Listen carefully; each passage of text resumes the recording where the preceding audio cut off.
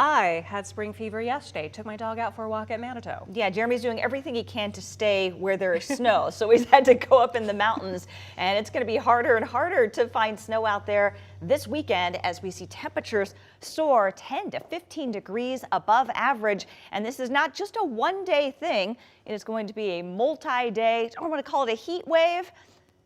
Maybe so for this time of year, but I don't want you to get the idea that, okay, it's not going to cool down again, because it will. But a lot of folks have been asking with this warmer weather in the forecast, can I put my plants out? When can I start planting things?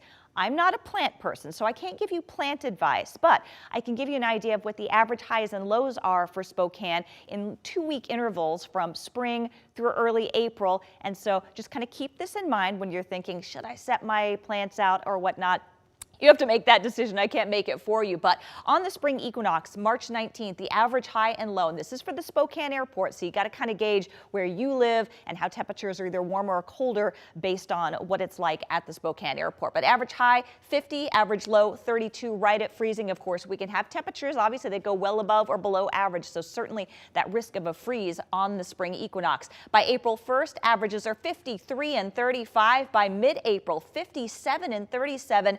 And by April 30th, average highs are in the low 60s, average low of 40, but there's still that risk of frost even through Mother's Day, which takes us into early May. So keep that in mind when you're considering what to do with those plants or when to start planting things. Right now, a very gorgeous 57 degrees, lots of blue skies out there, not even too windy, east-northeast at 7 miles per hour. We are going to enjoy gorgeous weather all weekend long, highs in the 60s, stays warm and dry through next Tuesday. So we got multiple days of this with highs in the 60s. Next chance of showers comes Wednesday, and that is going to knock temperatures down a bit, back down into the 50s. So how long, how many days are we going to have? It looks like 1, 2, 3, 4 solid days. Wednesday, that chance of showers brings our temperatures back down into the mid-50s, and then we see closer to average temperatures by the end of next week. But of course, those average temperatures continue to go up. So even then, we're still looking at highs right around 50 degrees.